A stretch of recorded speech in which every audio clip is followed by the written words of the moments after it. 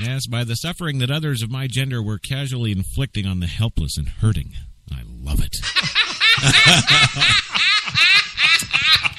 Yes, on that night I was on a side street in Phnom Penh, a capital of Cambodia. That's where I like to get all my children. Yes, when I passed an open-air bar filled with men from Western nations. Upstairs was a clearly marked brothel. In a nation where child sex trafficking is common and where men travel, like me, halfway across the planet. Yes, to abuse those terrified boys and girls. That's right. That's, well, yeah. Children as young in some cases and even younger than Fogel's victims. He's an amateur. Well, statistics on the number of child trafficking victims is notoriously shaky, in part because it's an underground economy that's especially difficult to measure. Too many activists fighting this scourge, too often to cite reliable data. With that caveat, however, the United Nations, in its 2014 Global Report on Trafficking in Persons, found that child trafficking is rising.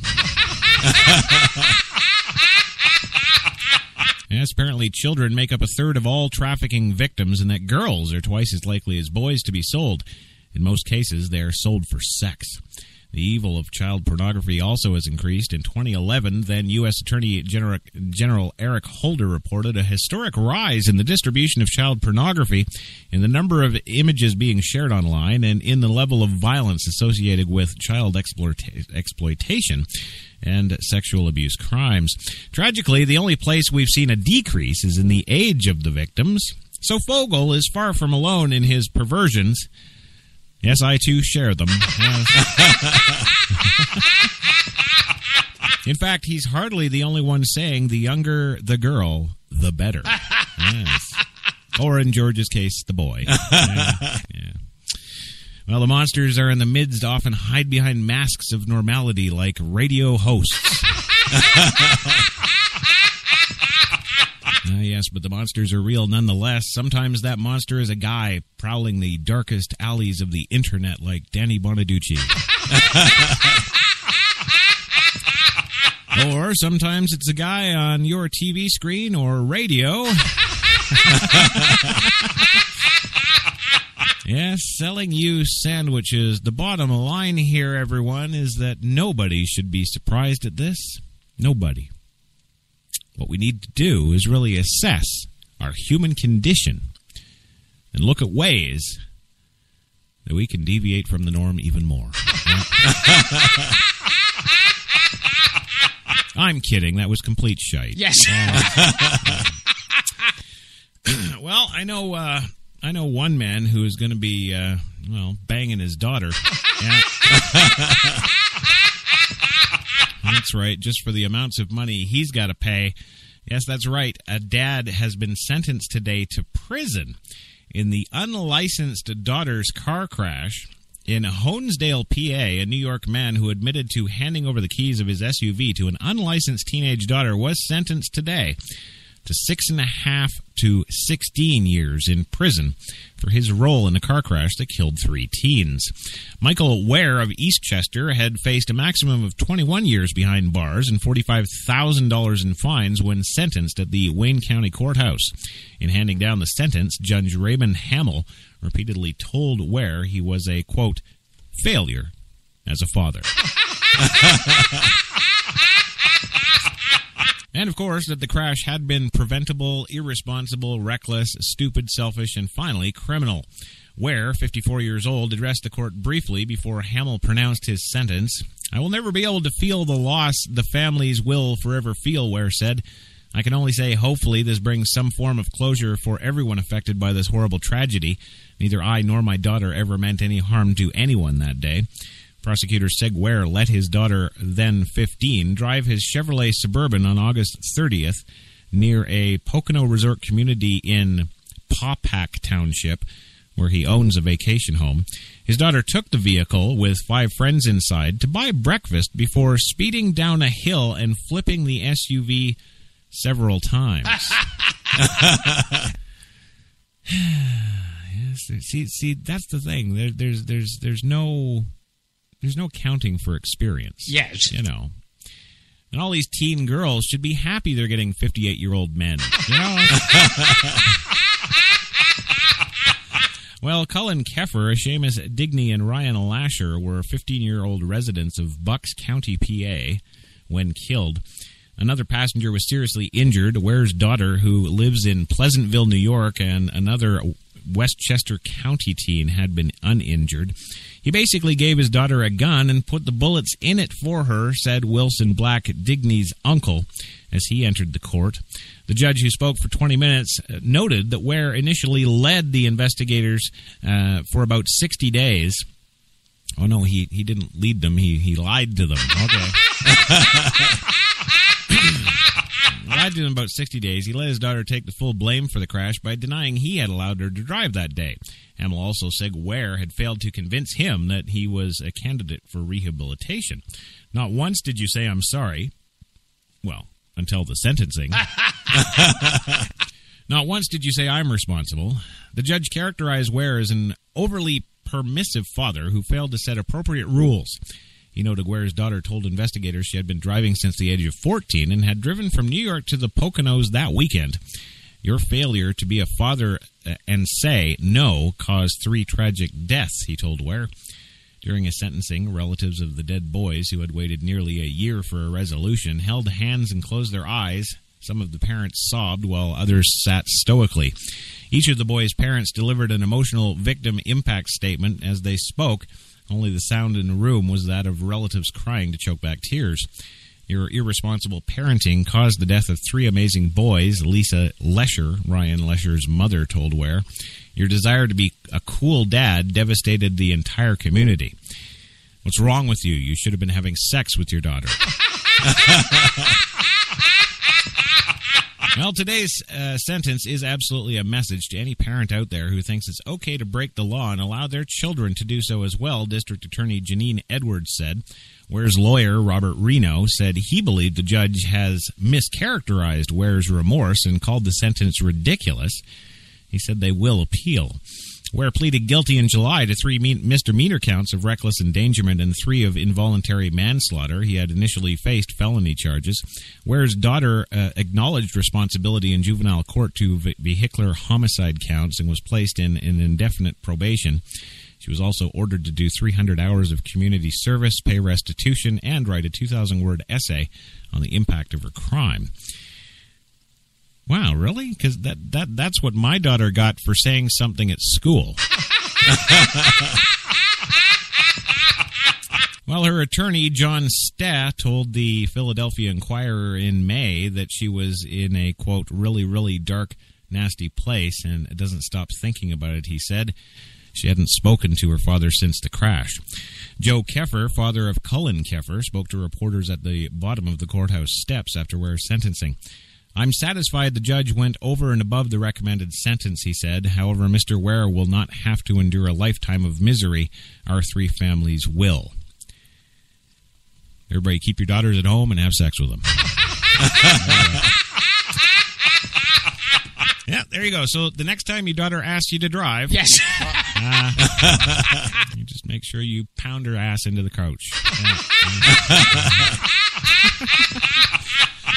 Well, moving on today, we told you yesterday, of course, about that female Ranger graduates. Yes. Said they'd quickly fit right in today, yes.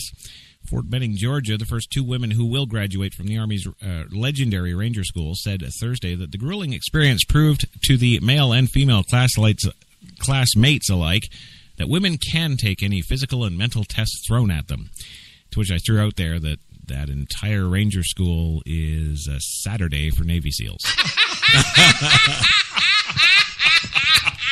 Quote, we felt like we're contributing as much as the men, and we felt that way, too, says Captain Kirsten Grest? I don't know. Captain Kirsten. Well, Captain Kirsten and First Lieutenant Shay Haver of Corpus Cove, Texas, will pin the coveted Ranger tab on their uniforms tomorrow at graduation ceremonies at Fort Benning. They were part of a group of 19 female soldiers who passed a rigorous screening process to begin the physically demanding course that had been closed to women since it opened more than 6 decades ago. The military made a pair and some of their Ranger classmates available to the media today to discuss the milestone. During the challenging course, Grice said that she was thinking of future generations of women that would like to have the same opportunity. So I had that pressure on myself, she says. Also not letting down the people who believed in me and were supporting me, she added. Army officials also had high praise for the two women's performance. They were mentally and physically capable individuals, says Major General Austin Miller, commanding general of the Maneuver Center of Excellence. But at the same time, we're part of the time, and they will be very effective at their desks. Yes, that's right. While they will not be able to serve in the Ranger Regiment because of ground combat bans for women, the two women endured exactly the same rigors as their male counterparts during the school, he said. The standard did not change, said Miller. 5 miles is still 5 miles. There is a time standards associated with that. Likewise, the two women hoisted the same weight rucksack as all the males did for the grueling 12-mile march. Several of their male classmates, in fact, said that both women, during particularly grueling marches, were the only ones to volunteer to take on a fellow male classmate's heavy weight. In one case, Grice stepped in when not one of the 9 men would or could, according to the classmate. Oh, this is just like that Demi Moore movie. Well, Haver said it was pretty cool that they accepted us, but she added the women came to Ranger School as skeptics with our guards up, just in case the haters or naysayers. But we didn't come with a chip on our shoulder or anything to prove. Grice and Haver are the first women to complete the course, considered the Army's most physically challenging since it was open to them on an experimental basis this year. Miller said another class in November will also include women, because it's fun. Asked what conclusion he drew from the success of the two female grads, Miller replied, "They are two solid soldiers, physically and mentally very capable. I draw that conclusion. They're going to master the desk." Well, Haver, a 2008 graduate of Caparis Cove High School, excelled in soccer and cross-country, according to her hometown newspaper, the Cove Herald and the Colleen Daily Herald. Griest, who had been selected for promotion to captain, has served as a military police platoon leader, the New York Times reported. She was also named the Distinguished Honor Graduate of her brigade's Ranger Assessment Program last year. Students in the grueling 2-month course are required to survive on little food and sleep despite demanding physical activity, including carrying more than 100 pounds of gear through the mountains and swamps. This week's graduation will mark a key milestone in the military's ongoing efforts to open women to frontline combat units. The military services have pledged to do so without compromising standards. The military services have until the end of the year to submit plans for opening all jobs to women. The services can request waivers, but would need to extensively document why women should not serve in specific fields. Well, soldiers, let me give you 956,000 reasons.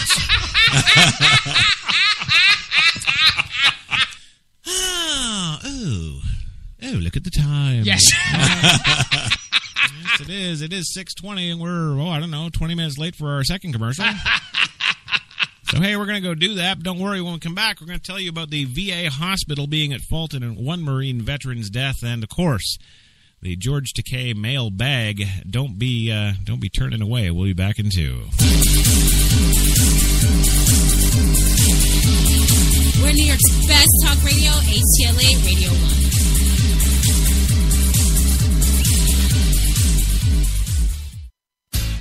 Good morning. Welcome to Tim Hortons Cafe and Bake Shop. Where fresh always tastes better. What can I make you this morning? How about our new flatbread breakfast paninis? Made fresh, just for you, with your favorite breakfast ingredients on maple or multigrain flatbread, then grilled to hot, melted perfection. Just $2.99. Who couldn't warm up to that? Tim Hortons Cafe and Bake Shop, where quality really does meet value.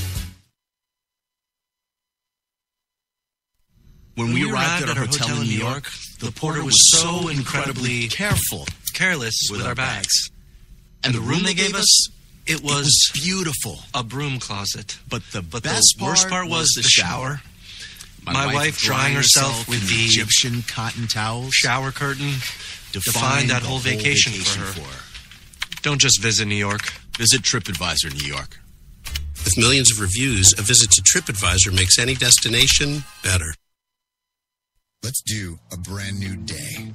Let's step away from the bland and let the color fly. Let's get to the one store with more number one choices and match this or this without using too much of this. Then, let's crack open a can and get to it. Paint? No. Let's do POW. Let's do this.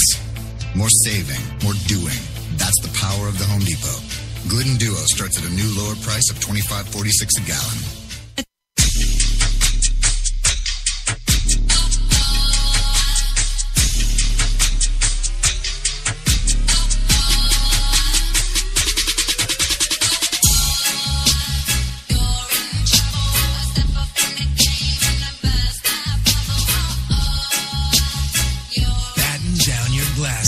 White Rum has a new captain. Introducing the all-new Captain Morgan White Rum. 5 times distilled for a smoother taste.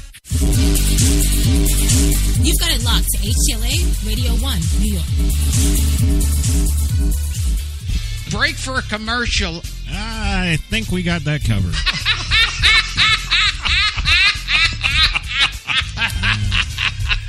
Yes, we do. Yes, we do, baby. Leroy with the camera and the thing and the person with the and I'm Melvin Leroy. You want to stand in front of the and I'll go action. Oh my God! Oh my God! You just, I don't know. I guess I haven't given you enough time today to unload. Yes. Well, we are back.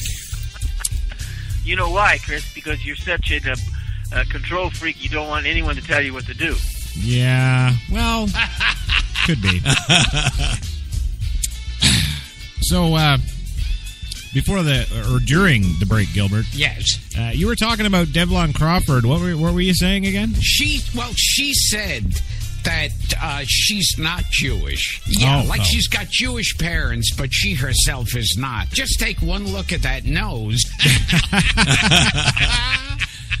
Well, I don't know. I've looked at the nose. I don't know. It seems pretty straight to me, you know. You love to do that kind of stuff. You always did. Yeah. And put your name up there and dress in different stuff. So fantastic. If I can be of any help, let me know. So what's the email address? The email address, yes. We're back at NewYorksBestTalk.com. That's right. We are back for your Thursday double-double on coffee and cigarettes. HTLA Radio 1, New York's Best Talk. 82 degrees, Central Park, under sunny, cloudy skies. Back and forth, in and out, up and down, you know. Yeah, it's like that teenage daughter thing. Yes. And, of course, we're here today with the one, the only George Takei, who, I don't know. George, I don't know. Give us, we'll talk about, I don't know. When did you, how was your teens? There you go. As I grew up, right, I made another discovery. Mm-hmm. There were places called gay bars. Oh. Yeah, so. Okay. Oh, no, what am I saying? I should be saying, oh, my. Yes, so we are back from our second break. So, yes, that does mean it is time for the George Takei mailbag. That's right. So, Kissy, do you have that? Maybe do your frickin' job.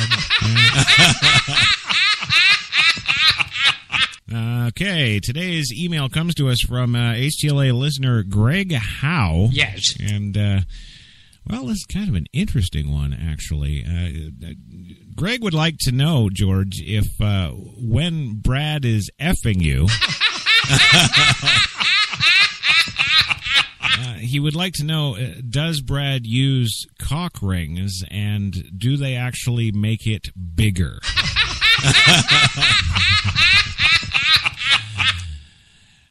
Now I'll read you the real question. Yes. When Brad is effing you with the cock ring, how often does he pull out and spray over you? Yeah, that's the question today. Every morning. Okay. There you go, Greg. I hope that satisfied you. Yeah? It's about fucking time. Move on. Oh, don't you want to know these things about George, Louis? No? I guess I wasn't expecting that reaction. Well, no, I think Louis in the closet. I do, but it's just me. What the hell do I know? I don't know anything, so don't even listen to me. I'm a sick bastard. Yes. Well, moving on the show today. Yes, we've got, kind of an interesting story here about a VA hospital that's been claimed as being at fault in a Marine veteran's death. Yes, this report from Washington today. An investigation into the death of a former Marine at a Tomah, Wisconsin VA medical center has found that the staff improperly prescribed medications and blundered its response when the veteran was found unresponsive in his bed. That's never good, is it, George?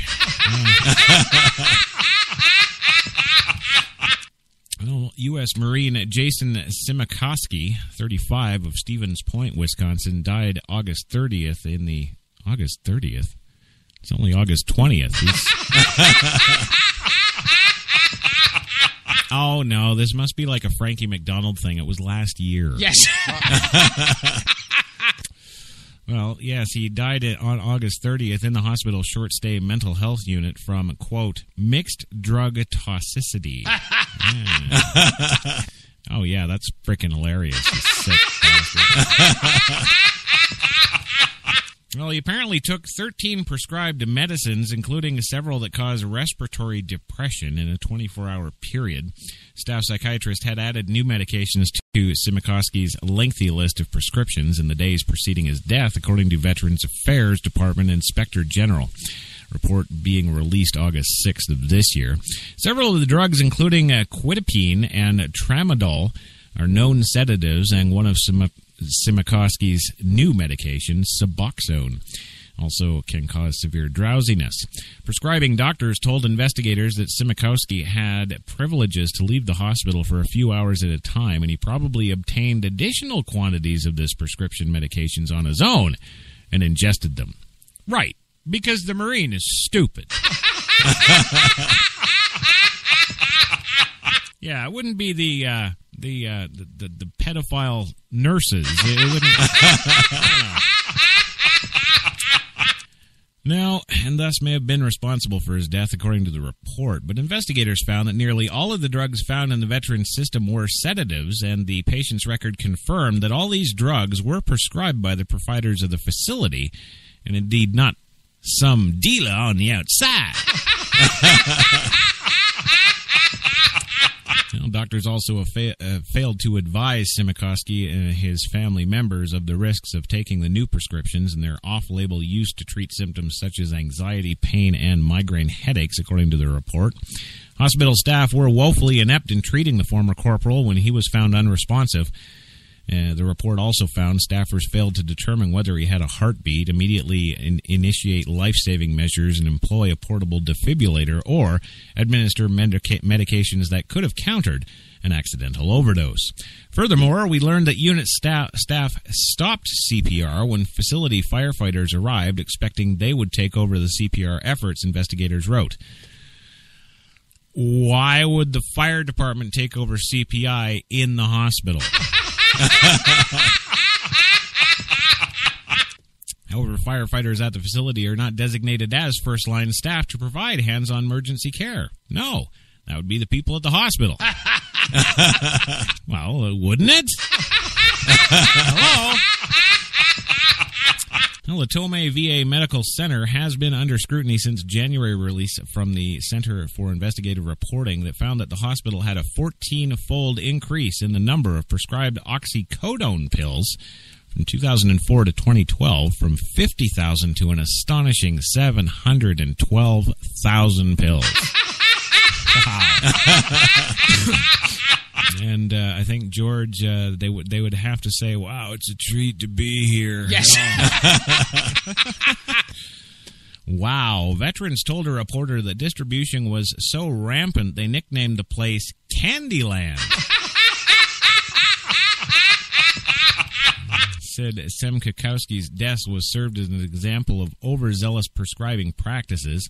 In a response to the report, Senator Tammy Baldwin, a Democrat from Wisconsin, introduced legislation that would require the VA and Defense Department to update clinical guidance on prescribing opioids, mandate training for all VA doctors who prescribe narcotic painkillers, and create pain management boards that would oversee compliance. Yes, the same way they screwed it up for the rest of us. Yeah. Well, they propose to give veterans and their families a stronger vote in their care, but put in place stronger oversight and accountability for the quality of care we are providing our veterans, Baldwin says. Toma VA officials say that they are committed to learning from the case and improving care. Thank God. According to a statement provided to us, the tragedy has been difficult for Sim Kukowski's family, including Jason's parents, Marvin and Linda. His wife, Heather, and daughter, Anya, they have testified before Congress on the issue of VA pain medication practices and stood with Baldwin to support her bill. Marvin Simikowski said Wednesday that the Inspector General report has helped ease the pain.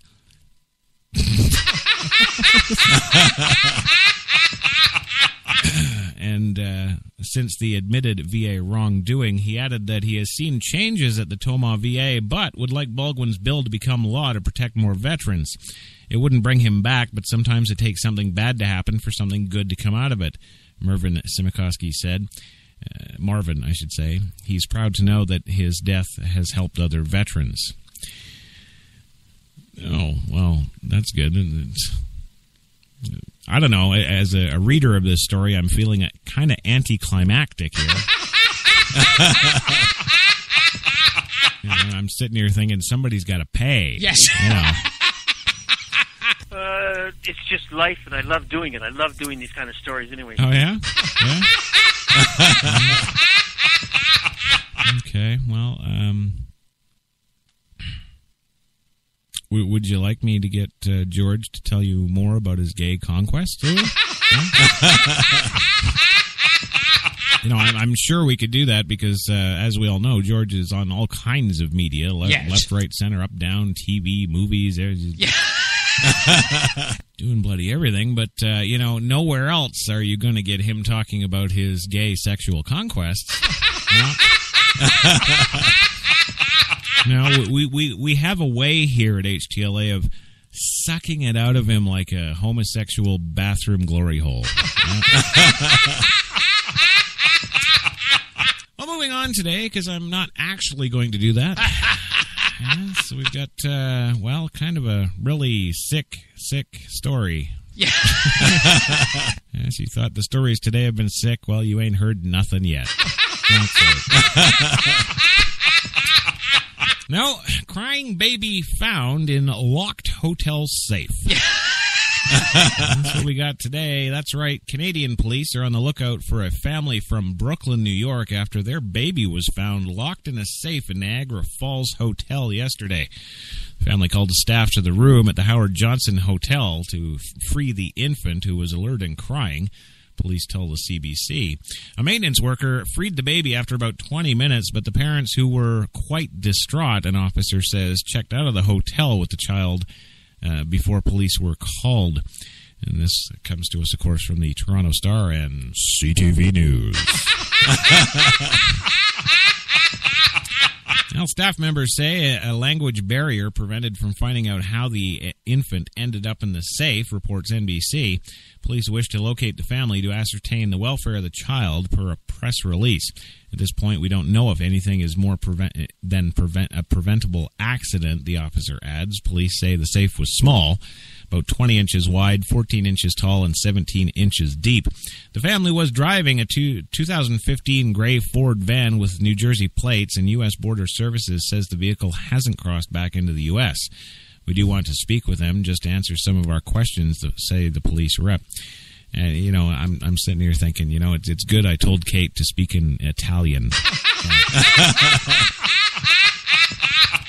So there you go, Canadians up there. Be on the lookout for that New Jersey vehicle and beat the living Christ out of the people inside. Well, there's the music. That is all the time we got for today. In fact, we're a couple of minutes over. I want to thank the one, the only George Takei for being here today. I've enjoyed it thoroughly. Yeah. It has been a fantastic experience. I wouldn't go that far. I think it's a treat. No, it's definitely different. Louis, thank you for being here today. It's always great to have you. My film, Unrepented, did very well in Europe. Yeah, nobody cares. Yeah. And Gilbert, of course, thank you for doing your job today. Thank you for listening and support the show for the love of God. Wow, okay. All right, and yeah, HTLA listeners out there, well, I hope I didn't rape your ears too badly.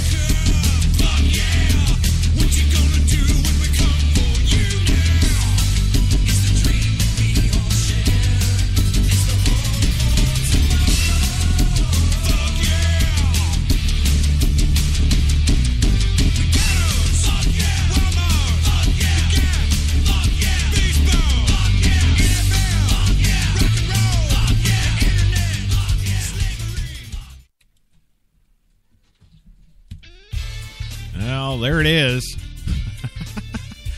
That's right, gang. It is 5 p.m. Time for your coffee and cigarettes on HTLA Radio 1, New York's best talk. And it is Friday. Yes, as aforementioned, Friday Frappacino is happening right now.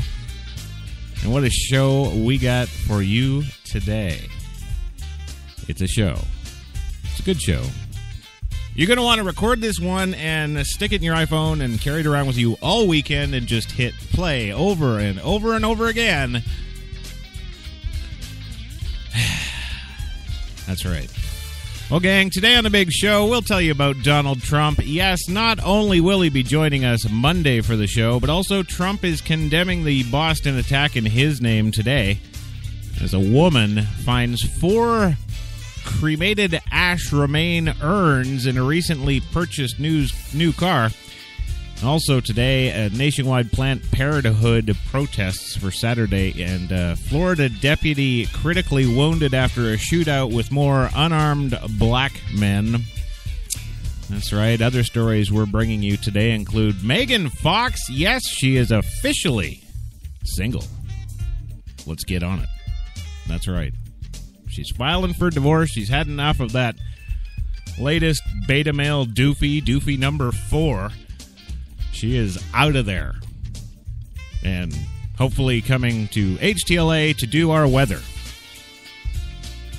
No, she says no. Damn it. Well, whatever. We also got Dr. Dre. Yes, he's pulling a Bill Cosby. He's apologizing to women everywhere. I'm sorry I have hurt you. I'm so damn sorry. I'm so sorry.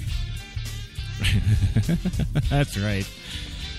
Yes, he is. We got all that and so much more today. So, hey, come on in, grab that cup, have a seat, light one up, gang. It is coffee time.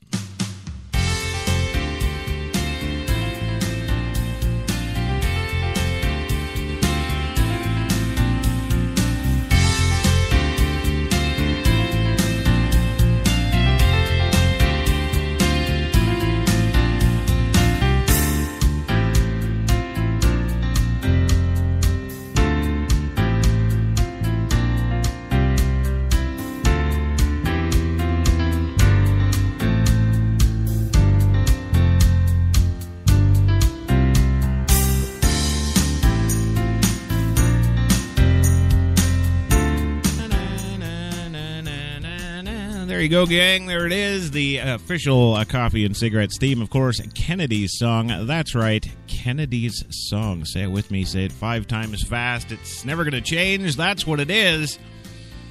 And a little correction on the Megan Fox there. It's not 4 husbands now for her. She's apparently,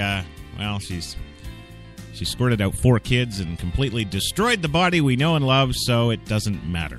Yeah. Apparently just married to the one guy, and, well, he's out the door now, so. Well, yeah, it's like, what do I know?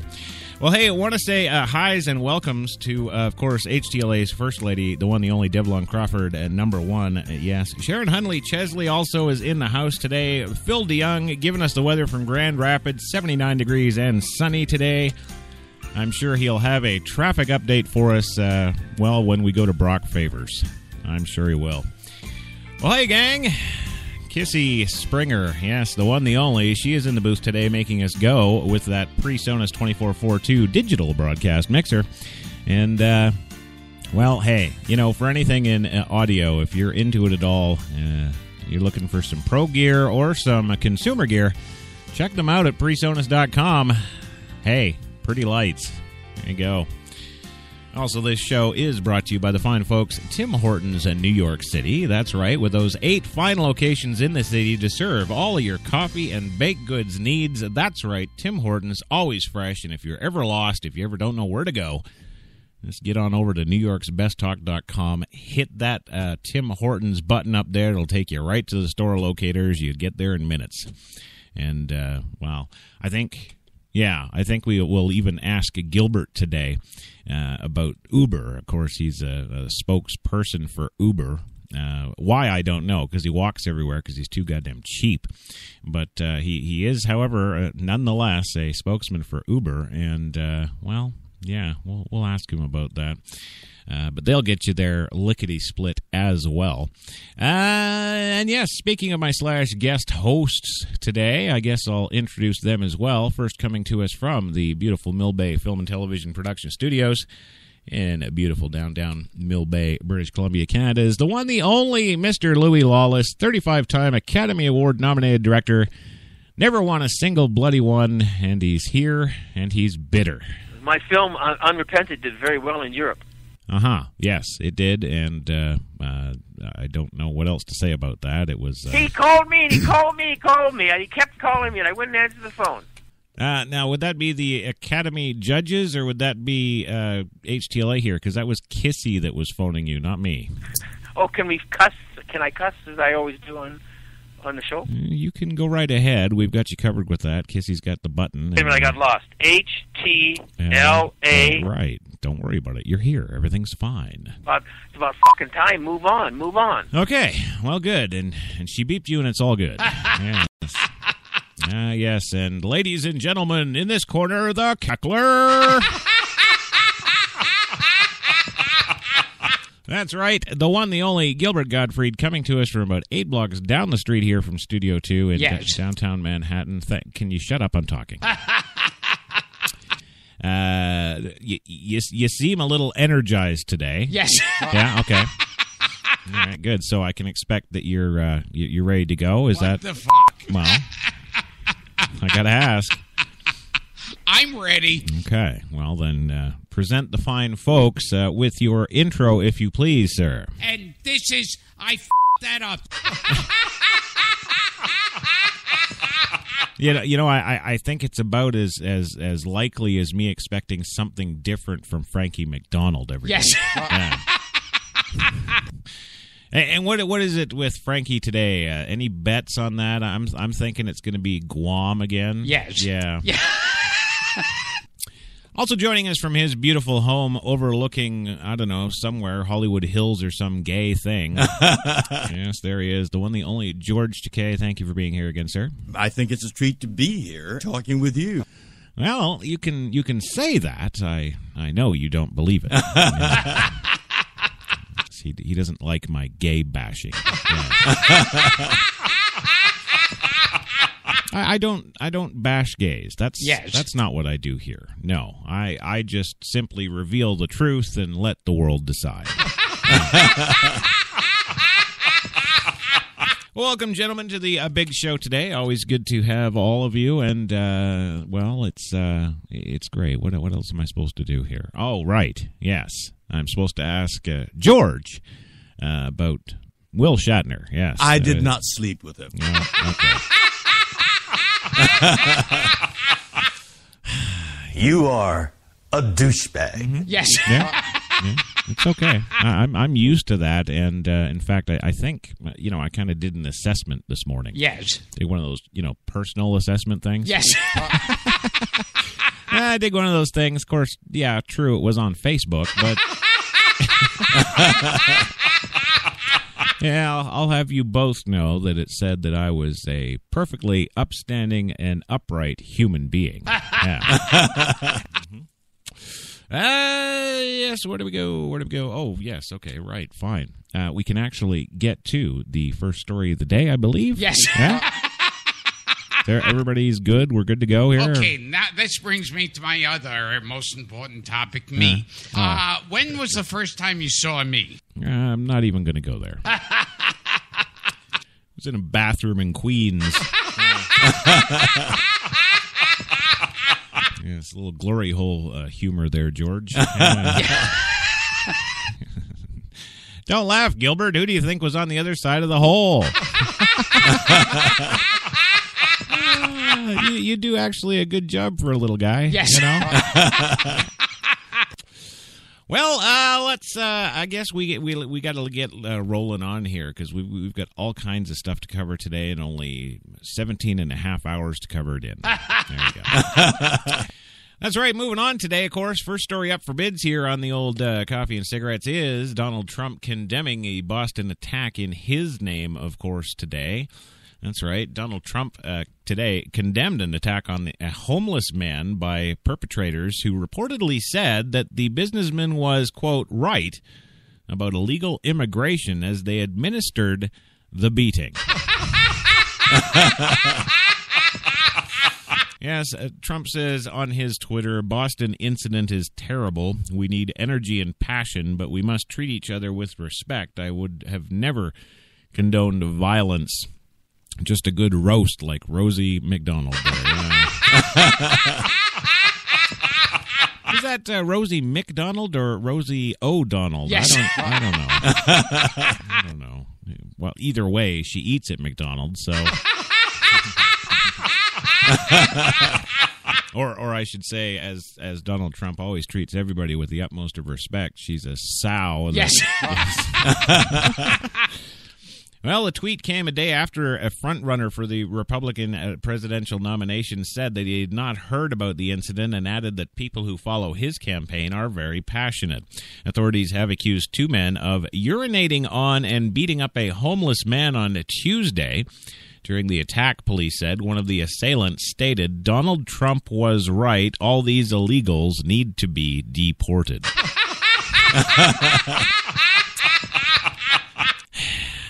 I don't know. Is that one of the official, immigration policies? To pee on them until they leave? Is that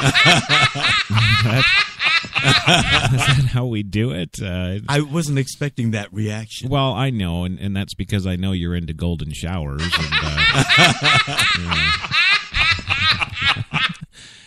And maybe it's that love-hate. Nah, I'm thinking it's just more all love.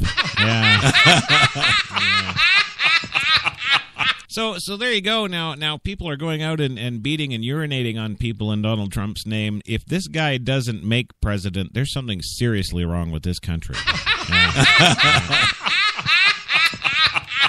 Well, hey, next up, we're going to tell you all about a woman who, she purchased a used car. It wasn't a new car like some moron said at the start of the show. She purchased a used car, and in it she found 4 urns filled with dead people's ashes. Ma'am, those weren't 4 dead people's ashes. Those were the previous owners. Yes, they really got burned on their deals. Yeah. Yeah. But we'll have that for you coming up in just a few minutes here. We're going to go for that first commercial break on time for the first time in the history of this entire show. That's right. So hang on to your butts. We'll be back into... You've got it locked to HTLA Radio 1, New York.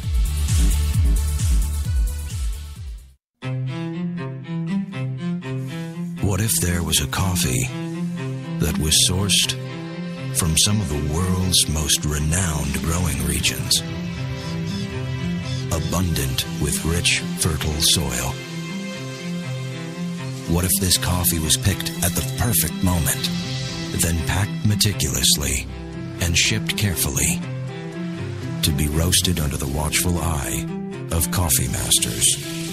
What if it was expertly blended, ground, and sealed, ensuring maximum flavor and freshness, then brewed in small batches and always served fresh within 20 minutes, just the way you like it? Now, what if this coffee just happened to be the coffee you already know and love?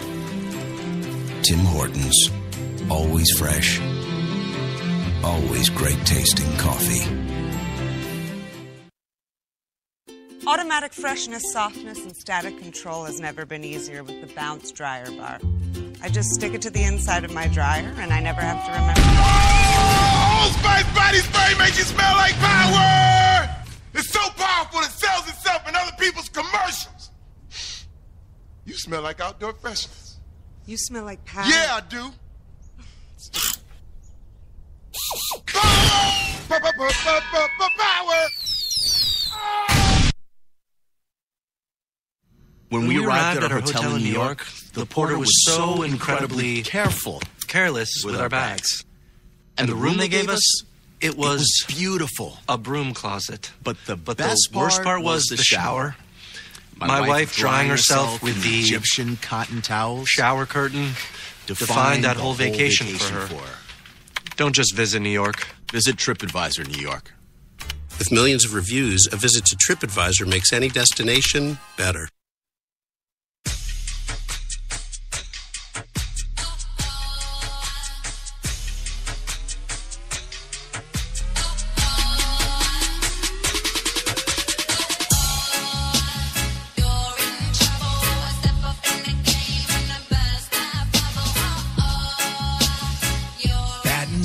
Glasses. White Rum has a new captain. Introducing the all-new Captain Morgan White Rum. 5 times distilled for a smoother taste. We're New York's best talk radio, HTLA Radio 1.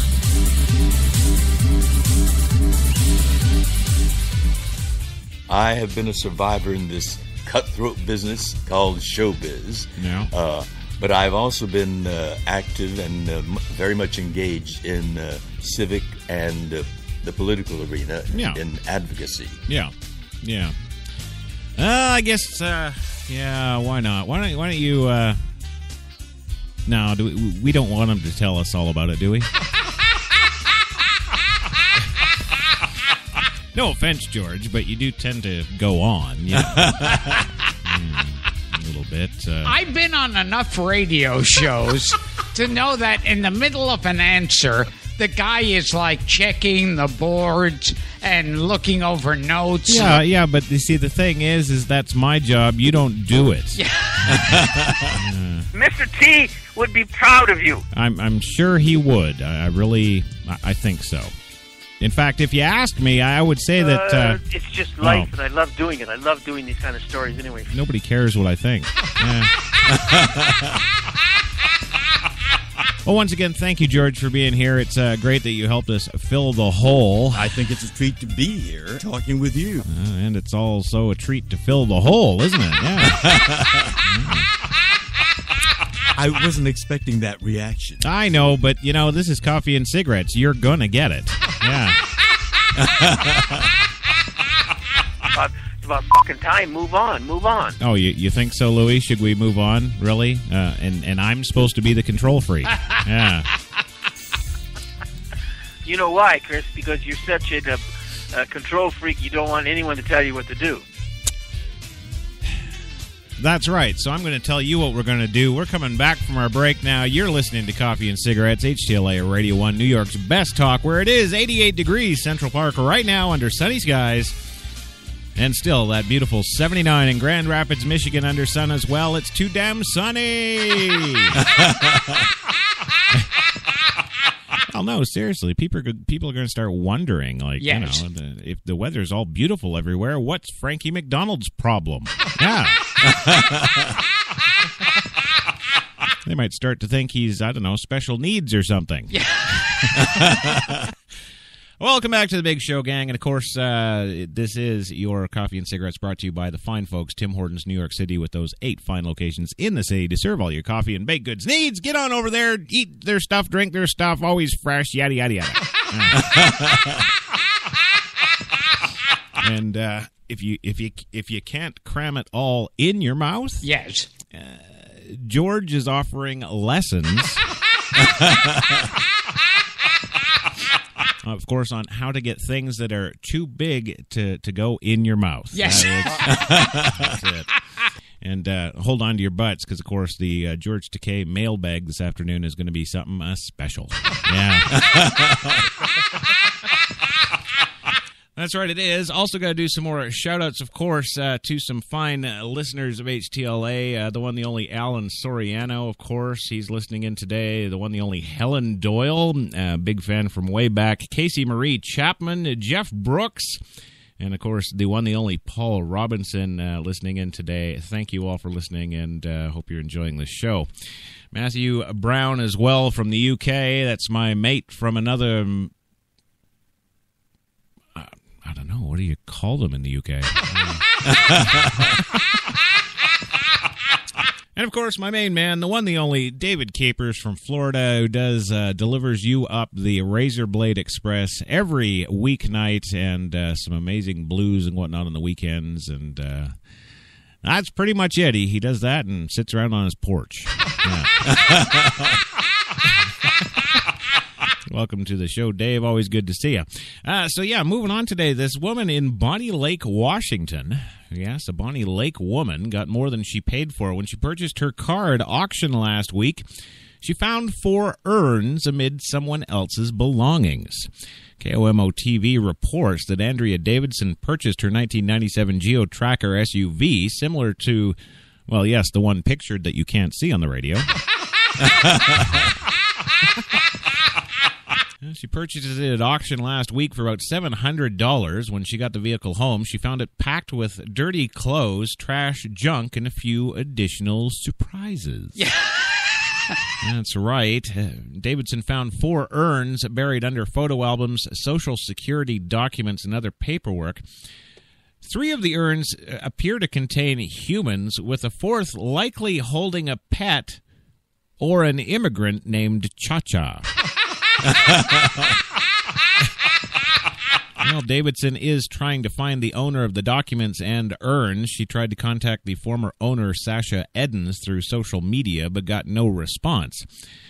To find clothes or junk or trash is one thing, but to find somebody's entire family... Well, it was a little bit different, she said. Yes. Well, I don't know if it would be different or not. I mean, stop and think about it.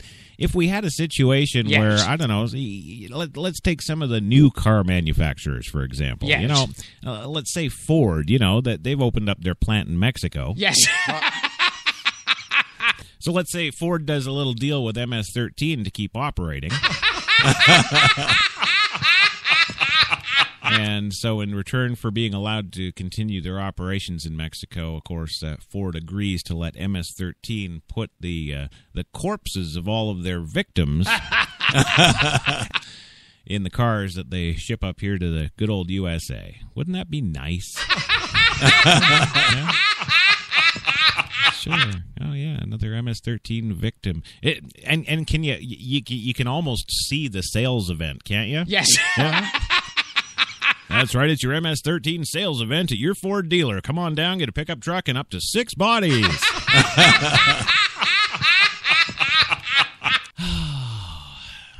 I guess they would have to come up with a new kind of Carfax. Yes. Yes, go to your county coroner's office to obtain your corpse facts. Yeah. Well, I don't know if you're all aware of it or not. Probably not, because we're the ones who give you the damn news. Yes, but nationwide, Planned Parenthood protests are all set to ruin your Sunday. Well, actually, technically, they're not set to ruin your Sunday. They're set to ruin your Saturday. You'll have to excuse me. I'm doing 17 things at once here, and, well, Gilbert's job, too. Yeah. That's right. A coalition of abortion opponents are planning a nationwide protest against Planned Parenthood on Saturday in 47 states and more than 300 cities. Protesters will gather outside at nearly 320 Planned Parenthood clinics across the country to call for cutting off the organization's federal funding and eventually shutting it down. The demonstrations come after the videos purportedly showing Planned Parenthood staffers discussing the sale of fetal tissue for profit. And you know who's buying the fetal tissue? Yes. That's right, presidential candidate Ben Carson. We don't believe this will be solved in Washington, D.C. or the state's legislators, says Mark Harrington, the national director of Created Equal, one of the organizations coordinating the protest. This will be solved in local communities when they take ownership over their own communities. That's why we're trying to empower local organizers and pro-life organizations. I don't know, Mark. You're the national director of something called Created Equal. I think when all of us are born and we get to go to Harvard, then you can do this. Well, the protests will have speakers, prayer groups, and rallies. Organizers are providing the groups with signs that read, quote, Planned Parenthood sells baby parts. And hey, with my idea from the previous story, maybe we could have like a baby parts sales event at Ford. Yeah. Oh, yes, the coordinated nationwide effort is unprecedented, says Monica Miller, the director of the Citizens for a Pro-Life Society, one of the participating groups. She said there have been thousands of individual protests against Planned Parenthood, but this is the first time there will be hundreds of demonstrations on the same day. We want to draw attention to the injustice of a legalized abortion, she said. The American public needs to be awakened to the atrocity of what's happening to innocent unborn children. Yes. Members of Congress have called for an investigation into Planned Parenthood in response to the videos, which have been released by the Center for Medical Progress. Yes, a group that opposes abortion. A procedural note in the state Senate to remove all federal funding from the organization failed earlier this month because there's just too many pro-abortion lobbyists paying them.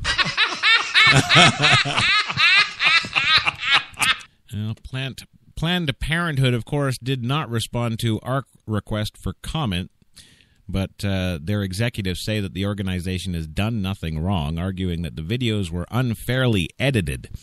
It is legal for companies to pay for the processing and transportation costs of donating fetal tissue. But the videos purportedly show officials trying to make a larger profit by selling the materials to McDonald's for chicken nuggets. You know, that's capitalism at its finest, yes. Right there. Yeah. And I finally figured out how to edit. Louis, we just told you and the rest of the world they're making chicken McNuggets out of baby fetuses. and if you just learned how to edit, were you the one that edited this video? Yes. Did you do that? You love to do that kind of stuff. You always did. No, I don't. It's not. What are you talking about? I don't edit dead baby videos. What the hell are you? He's really lost his shit today. Yes. I did not sleep with him.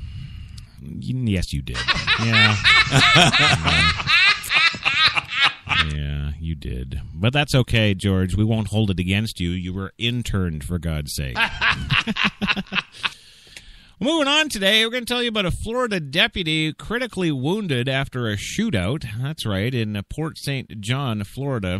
A Brevard County Sheriff's Office deputy was critically wounded after he was shot late Thursday night in what was described as an ambush. The deputy, identified today as Agent John Casey Smith, was shot multiple times and underwent several surgeries for extensive injuries. His condition is listed as critical but unstable. The suspect in the shooting was identified as John Franklin Durosett, 65, also was wounded after officers returned fire. Durosett remains hospitalized and is listed in a stable condition, Corporal David Jacobs said. Brevard County Sheriff Wayne Ivey, who described the shooting as an ambush, said that the suspect opened fire on deputies as they approached the house Thursday. Deputies returned fire, and a SWAT team and a robot helped clear the residence. Ivey said deputies were wearing clearly marked tactical vests and were in the neighborhood responding to complaints of prostitution.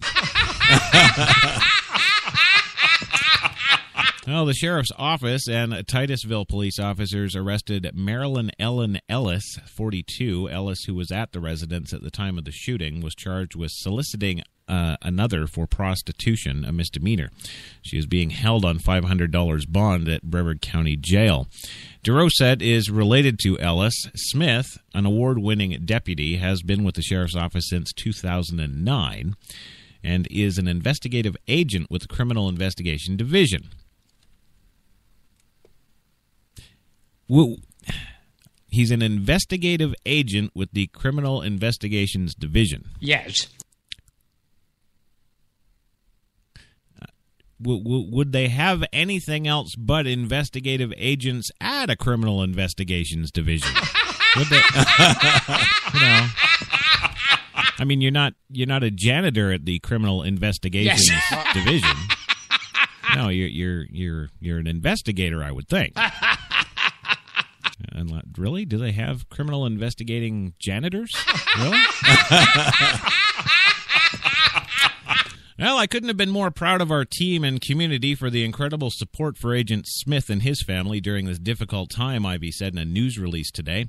Our BCFR partners were incredible as they did everything possible to provide Casey with a fighting chance. Our BCSO family has Casey in our thoughts and prayers, and we ask that tonight you hold him in your prayers as well. Well, if I did that sort of thing, I might, but nope. Well, other deputies involved in the incident have been placed on paid administrative leave, as is standard procedure. The Florida Department of Law Enforcement has been notified of the shooting and will be conducting a parallel investigation. See that, black folks? Even when they shoot and kill or shoot and seriously injure a white guy, they're still the same stuff. That's right. We call that in America equality. Yes. That's right, we do. Well, moving on, we got kind of an interesting story here, and I haven't, to be honest with you, really been keeping up on this whole Ashley Madison thing. Yes. You know? I don't, claim to know a whole lot about it. I know it's got something to do with a website called Ashley Madison. Yes. And a bunch of horny men all over the country.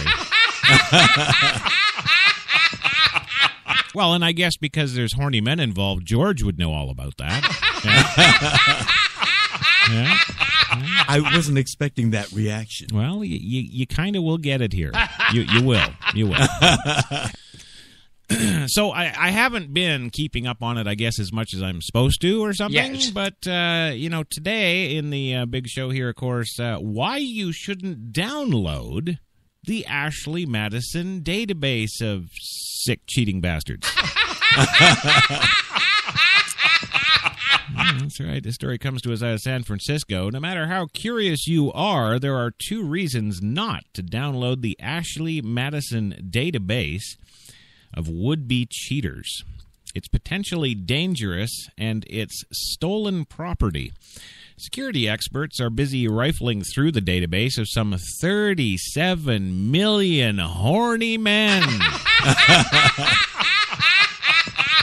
That's right, 37 horny. Oh, God. Yeah, well, you know what? You're going to have to excuse me. It's Friday. I'm not on the database, Gilbert. Yes. No. I'm getting the hand from the booth. Yeah. Oh, you didn't do the traffic. Yes. You didn't do Frankie. Yes. You didn't. Christ. You know what? Yeah, screw Frankie. You know what? We've got Grand Rapids here, for God's sake. What do you want? How about we do this, Kissy? I'll do New York weather, and we'll get Phil to do Grand Rapids weather. Yes. And everybody is happy. Yes. Yeah, okay. Yeah, she's saying, yeah, except the CEO. Right. Okay, well, screw me, screw you, and screw everybody. We've got to go to... Yeah, well, you'll appreciate this, George. It's traffic in your neck of the woods. Yeah. All right, fine. God damn it, I hate this job. Bullshitters, never keep your mouth shut. Always hustling, always looking for something to do and putting things together. That's a fucking American. Look how they took the country away from England. Oh, Kissy, you didn't beep him. All right, fine. Well, you're going to stop me right in the middle of this gem of a story. Fine. You want to do that? That's fine with me. We'll go right now to Brock Favors and HTLA Chopper 1 with your traffic for somewhere in California. Hello, everybody out there. This is Brock Favors with traffic on the ones. Chad Armstrong is out sick today, so I am filling in for my usual land reports, and I'm up here in the chopper. But I got to tell you guys, I am loving the view. Oh, my God! No, stop! Whew. All right. Well, we are over the 10. It is massively clogged down there like a pint of maple syrup on a cool November morning. And we do, goddamn, we're gonna die in this mother. Yeah. Oh, my God! Woo!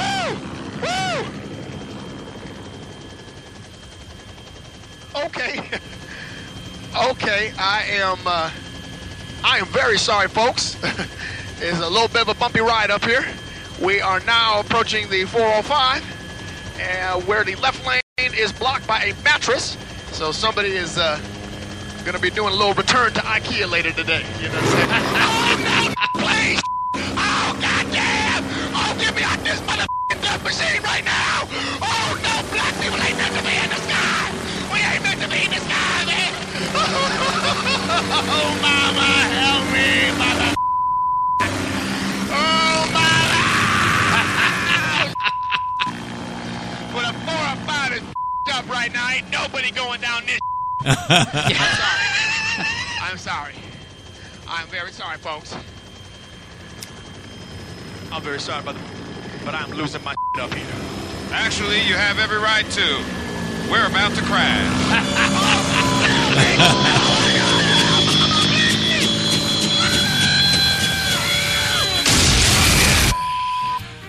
There he goes. Once again, of course, HTLA would like to offer its condolences to the Favors family. That's right. Thank you, Brock, for that stunning and exceptional traffic report. We couldn't get home without you. Yes. Moving on, of course. Yeah, got it, chickie. Frickin' hell. Frickin' serious. Can I have a goddamn minute to say hello to a listener? Is that okay? Holy Christ. I got an idea for you, Kissy. Why don't you just put mute on my microphone? Yes. Why don't you just do that? No, seriously, I'm getting pissed at this. This is stupid. Mute my microphone right now. Just put on Frankie and loop the sumbitch if he means that much to you. How about you do that?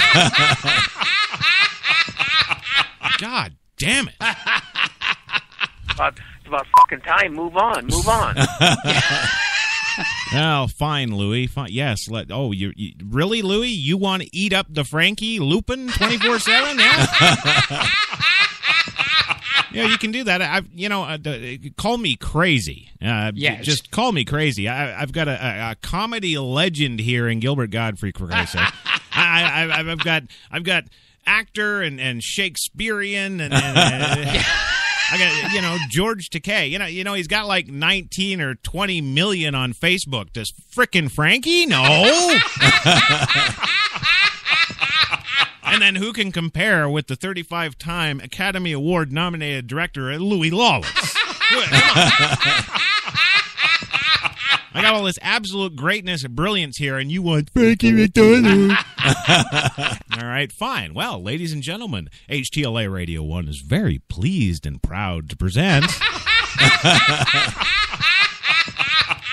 HTLA meteorologist Frankie McDonald with your weather from probably about 28 years ago. This is Frankie McDonald, my own TV station live in Sydney, Nova Scotia. Typhoon Chan-Hom is now headed towards Guam on Saturday, July 4th, 2015. It's going to bring up to 30-plus millimeters of rain. It's going to be wind-driven rain. It's going to be sideways rain in Guam. And it's going to bring big, huge waves crashing on the beaches and shores of Guam as well. It's going to bring down power lines and snapping telephone poles in half and snapping tree branches in half. It's going to be powerful winds gusting up to well over 100 kilometers per hour, which is a Category 1 typhoon. It's going to bring powerful winds with wind-driven rain in Guam. And the Typhoon Chan-Hom is currently moving westward direction. Then it's going to turn west-northwest direction and aim towards Guam on Saturday, July 4th, 2015. It's going to bring a lot of rain and very strong winds. It's capable of knocking out power in snapping tree branches in half and bringing down power lines and snapping telephone poles in half in Guam. People in Guam, be prepared. Have your rubber boots ready, for raincoats ready, for raincoats ready. During the Typhoon Chan-Hom, stay indoors and don't go outside. Make sure you have your raincoats ready, rubber boots ready, and rain suits ready. Wear your rain gear, wear your rubber boots, wear your raincoats to keep you dry. When the typhoon gets real bad, stay indoors and don't go outside. Stay away from the beaches and don't go near the shores. Because the Typhoon Chan-Hom is going to be real bad in Guam on Saturday, July 4th, 2015. It's going to bring powerful winds, big waves crashing on the shores. Make sure you have your flashlights ready, candles ready, cranked up radio ready, generators ready, and extra batteries ready, and bottled water ready as well. Order your pizzas and order your Chinese food. Buy cases of Pepsi, buy cases of Coke. Have your iPad charged, have your iPhones charged, have your Samsung Galaxy smartphones charged, have your Samsung Galaxy tablets charged, have your laptops charged, have your tablets charged, have your 3G and 4G ready. Because Typhoon Chan-Hom is going to be very powerful in Guam on Saturday, July 4th, 2015. If you have anybody living in Guam, be prepared for Typhoon Chan-Hom on Saturday, July 4th, 2015. Best of luck to you, people in Guam. Be prepared for Typhoon Chan-Hom on Saturday. Take care, stay safe. Don't get caught in a typhoon. No. Stay dry, be safe. Mm-hmm. Gilbert. Yes. Seinfeld. Hey, can I see your dick? There you go. I think it should be short and sweet. Thanks, Lou. That's exactly what I was thinking. Right there. Yeah. Now here's a segue. Yeah. What do you got? You gonna roll up something sexy or? Yes. What the hell? I don't know. What? They once said to Sammy Davis Jr. that he's the greatest performer in the world. Yeah. And Sammy said that he didn't agree with that. He thinks Mickey Rooney was the greatest performer in the world. No, absolutely not. I would have to say, without a doubt, it's the one, the only Frankie McDonald. Yeah, that's what I'm going to say. And George, I know you like Frankie. Yeah. What particularly was exciting was he had blonde forearm hair. And he was tan. That's what caught my eye when I first saw him. Right. He had his T-shirt on, but you can see that he had great pectoral T-shirts. And then to see it off. Yeah. And his whole gorgeous body. Yeah, well, when we come back from the second commercial break, we'll let the listening audience enjoy you effing him. Yeah. Yes, George, it's my personal gift to you just for being here today. Yes. There we go. Can I, geez, kissy, pissy, bitch face, can I actually continue on now with my job, or do we have to let more things happen? We got to... You know how to spell my last name on the check, right? It's Louis Lawler. Yeah, you talked to Kissy about that one. Yeah. So is that good? Are we officially done him, or are you just going to loop him? You know. Here's the thing, though. Yes. What she doesn't understand is that Donald Trump, of course, is going to be here Monday. Yes. And I can pretty much guarantee that the first. I'm gonna go nuts and say, okay, I'll give him about 3 seconds of that. Yeah, about 3 seconds of that, and he's going to get up and he's going to leave, and it's going to be all your fault. And on his way out, I'm going to tell him to fire you. Yes. Yes, and if there's one man in the entire planet that is known for firing, it's Donald Trump. Because, you see, Donald doesn't like to waste time. Yes. And, of course, Frankie is nothing but a waste of time. All right. So, I think that's what we're going to be, that's what we're going to be doing. So you just watch yourself. I'm telling you right now. That's you're on the edge, Kissy. You're really on the edge. All right. Okay. Apparently, I can move on with the story. Okay. All right, this whole Ashley Madison thing, that's what I was talking about before I was so rudely interrupted with the idiot. Yeah. And if you'll remember all those hours ago, yes, the potentially dangerous, of course, with this database, if you do download it, it is available on the net, but it is considered stolen property, and you could face federal charges. Yeah. Yes. That's right. Security experts are busy rifling through the database of some 37 million names on the site that were posted by hackers this week. But they have some advice. Don't try this at home. Yeah. The actual 9.7 gigabytes of data posted by the hackers, who call themselves the Impact Team, was posted on the dark web in 2 chunks, one on Tuesday and one on Thursday. By getting to them isn't easy for the non-technical. Dark web has a series of networks accessible only by running specific software and, in some cases, with specific authorizations. Running this software to download the databases could expose your computer to spyware, viruses, and all the other bullshit they tell you when they don't want you to go download something. Well, the Ashley Madison databases were initially only available via Tor browsers, or the internet browsers that allow users to access information without making visible their internet address. Since being posted, the databases have also been shared via the file sharing system BitTorrent. It's a legitimate way to move large files around, but users who aren't familiar with it and the dark web could potentially expose themselves to malicious software without realizing it. Again, more bullshit to get you to not to do it. Right.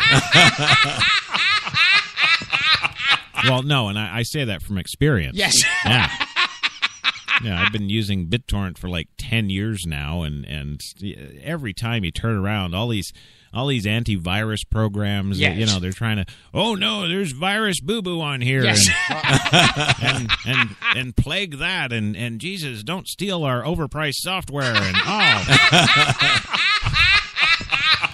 Don't watch this first-run movie that we're trying to bang you for $100 in the theaters for right now. Don't do that. And, of course, I've got computers that are still running from 10 years ago. Yes. It's fine. Bunch of lying bastards. I got lost. HTLA.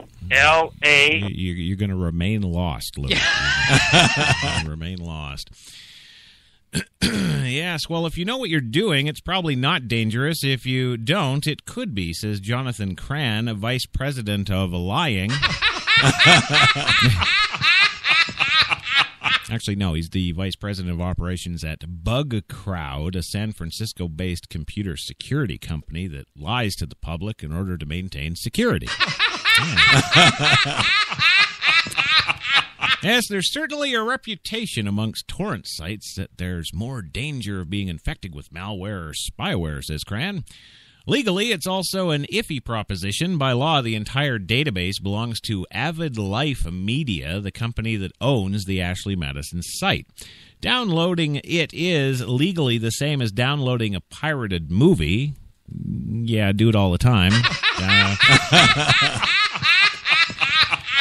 It's stolen property, he says. And Scott Vernick, the partner and the head of the data security and privacy practice at the law firm of Fox Rothschild in Philadelphia, says just because this information is available on the internet doesn't mean it's open citizen. Really? Well, I hate to bring it up to you, lawyer, but here's the fact. If it's on the internet, if you can access this sucker on your little computer, if you can get it, it's yours. I'm sorry that this really ticks me off. Yes. The internet is public domain. Yeah, it's just public domain. Yes. There you go. It's no different than, oh, look, somebody left this software on the seat of the bus. Thank you. Public domain, bitches. Yes. Yes. Well, just because information is available on the internet doesn't mean it's open season and you can't just go and get it without impunity, Vernick says. As a practical matter, he admits it's unlikely the police are going to go after anyone who downloads the files, even if they could be identified. But it is stolen property and should be treated as such, so let your conscience bug you. Yes, you'd be guilty of some kind of copyright violation for which there are civil penalties, Vernick said. Yeah, come get us. And, of course, if anyone tries to use the stolen data for extortion, blackmail, commercial advantage, you're breaking the law, he said. Well, I hate to break it to you, but the future president says it's leverage. That's right. And if you simply must search the list, the safest way to do so is to go on one of the multiple searchable database sites that have been created using the stolen data. They include Trustify, Cynic, and Have I Been Pwned? That's right, though which sites are up is subject to change. Already one of the first, checkashleymadison.com, has been removed after Avid Life's legal team threatened it was copyright infringement under the Digital Millennium Copyright Act, according to a statement on the site. If you want to get this list and be smart and safe about it, get it from Anonymous. Also known as Monsanto. Yes. That's right. So there you go. Nothing but lies, lies, lies. And that's what you really want, folks. At HTLA, we go out of our way to bring you the lies. Yes. That's just what that is. Great job on the story editing, Kissy. Yeah. It's just life, and I love doing it. I love doing these kind of stories anyway. Yeah. Lies. Yeah. The trick is using that word in a conversation. Oh, I do. You're right. It's the use of that word that makes it your own. That's right. Thank you, George. Lies! Well, we're going to go for our second commercial break now, but don't you worry, when we come back, yes, we've got all the dirt, the goods on the one, the only Megan Fox and her body racked from 4 nasty children. And, of course, HTLA is protecting you, the listener, today because, of course, they've released nude photos of her, and it's not good. All right, so we're going to be back in 2 with Megan Fox. We're New York's best talk radio, HTLA Radio 1.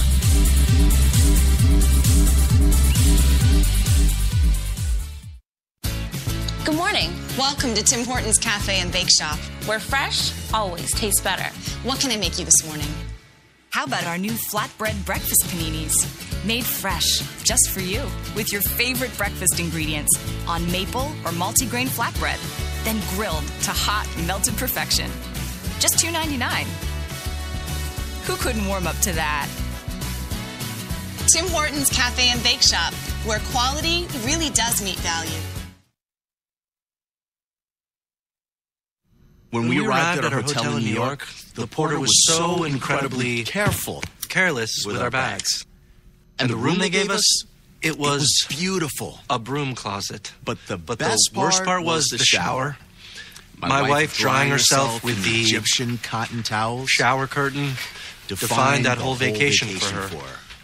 Don't just visit New York. Visit TripAdvisor New York. With millions of reviews, a visit to TripAdvisor makes any destination better. Let's do a brand new day. Let's step away from the bland and let the color fly. Let's get to the one store with more #1 choices and match this or this without using too much of this. Then, let's crack open a can and get to it. Paint? No. Let's do POW. Let's do this. More saving, more doing. That's the power of the Home Depot. Glidden Duo starts at a new lower price of $25.46 a gallon.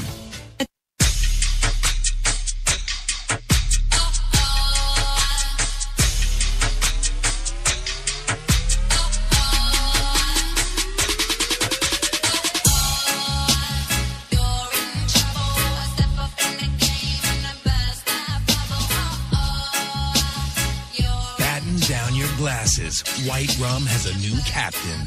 Introducing the all-new Captain Morgan White Rum. 5 times distilled for a smoother taste.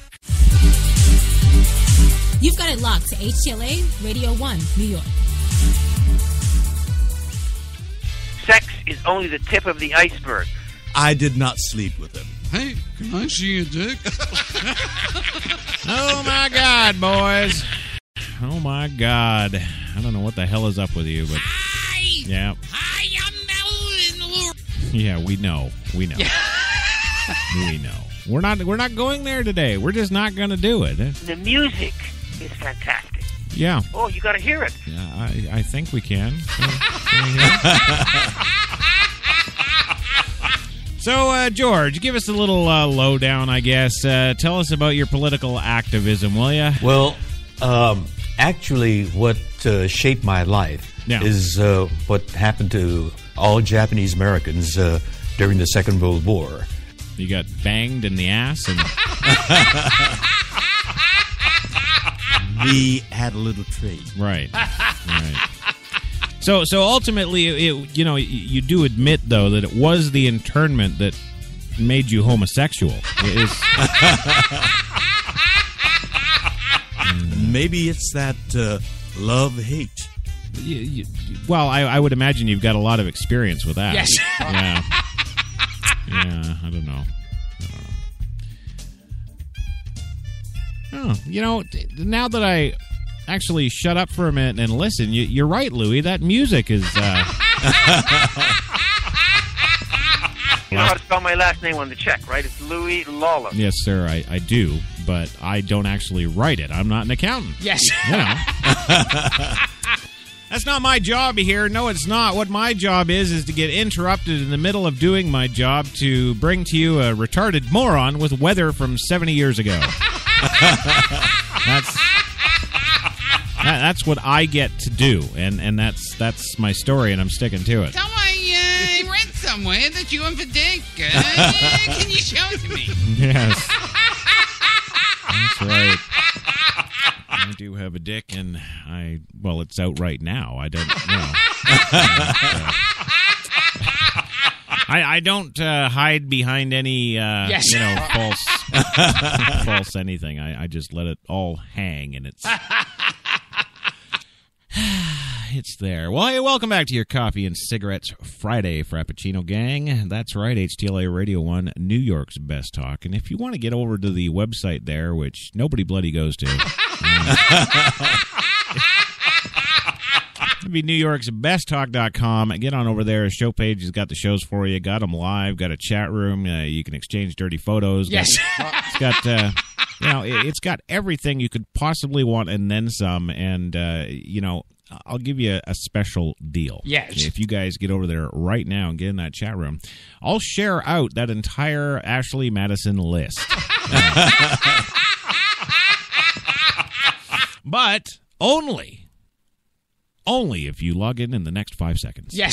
That's right. Well, moving on the show today, we've actually got some Megan Fox news. Yes. Which is strange because there really isn't ever any Megan Fox news.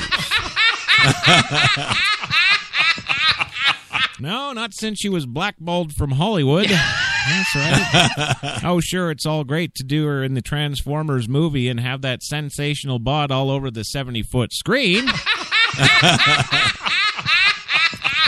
But, of course, as so many of you women out there know, yes. As soon as you open your mouth and say something, all of a sudden, Monsanto. That's right. She was a blacklisted, yes, even worse, I think, worse than Mel Gibson. Yes. Yeah. Yeah.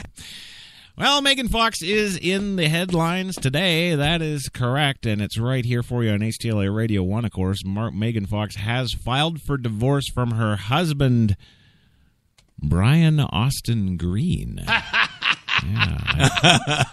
I don't know. I guess you'd have to be gay, but... Well, no, you would. I mean, I'm sure George knows who Brian Austin Green is, but I don't have a frickin' clue.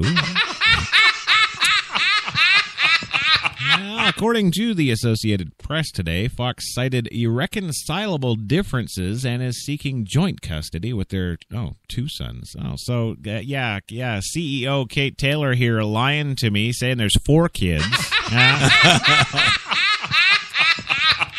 Or wait a minute. Yes. Maybe, just maybe, it's the news story lying. Sex is only the tip of the iceberg. Thank you. Yeah. That's great. I'm glad you were able to get up the energy to throw that one in. So, according to the news folks there, she's seeking joint custody of the 2 sons, Noah, 2 years old, and Bodie, 18 months old. Yes, Megan Fox, 29 years old, and Mr. Green, 42, were married in 2010 in Hawaii, have been together for almost 11 years. Brian is my soulmate, the actress told Men's Health last year. Hey, you know what we're going to see. Yes. We're going to see him bringing in all these issues of all these different magazines, of her saying that he's my soulmate. I'd never divorce him. It's all got to be about money. That's right, soulmate. I happen to believe that. He's definitely meant to be the father of my children, she says. That makes it easier for me to work through things because I always see the spiritual side of things. Yes, Megan, when I look at you in any of your billions of photos, I'm thinking spirits. Yes, if I was a ghost and I could just float up inside your bra and panties, yes. Boo! Yes. I'm trying to scare your panties off. Boo! It's about fucking time. Move on. Oh, yeah, because you get her panties off super easy. Yeah. Okay. Well, reports circled earlier this week saying that the couple had split upwards of 6 months ago, but Fox lists June 15th as their official date of separation. Her filing indicates they do not have a prenuptial agreement at all. And, of course, the fine, quality, and credible news agency of TMZ... well, the little dirt diggers actually say that the pair remain very amicable to the point that they continue to live in the same house. Yeah, that's because he likes watching her get dressed in the morning. Yeah. So there you go. It's outies for the Megan Fox, and she's well, I guess after this procedure, I guess we'll call it. Yes. Get the Brian removed. Yeah, she'll be back out there in the clubbing scene, and of course that's when HTLA's Crash Jesus will swoop in. No, I've got it all worked out too. Yes. I know what I'm going to do. You know, I'm going to go down to the whatever club in New York she frequents. Yes. Yeah, don't worry, I'll figure it out. Frankie McDonald will tell me. Yeah. And I'm going to swoop in there and wait till she gets out on the dance floor, yes. and I'll just do my little disco moves from the 70s. Yes. I'll get out there on that dance floor, and I'll move up to her, and I'll say, "It's rising." And she'll turn around, and she'll be like, "What?" Yes. And I'll be like, "My dark night. It's rising." And I know this from experience because I did this to Pamela Anderson before. Yes. No, it totally works. It does. It does. They just go up to you don't know them from a hill of beans. They're total strangers to you. Yes. Yeah. My dark night is rising. I don't know what that is either because, even Kate, when we're in bed and we're banging away and stuff, she's like, "Talk like Batman. Talk like Batman." You've been a naughty little girl. Does Brad do that to you, George? Yeah? Every morning. Every morning. Okay, there you go. Well, moving on. Actually, it is. It actually is time for that mailbag. Yeah.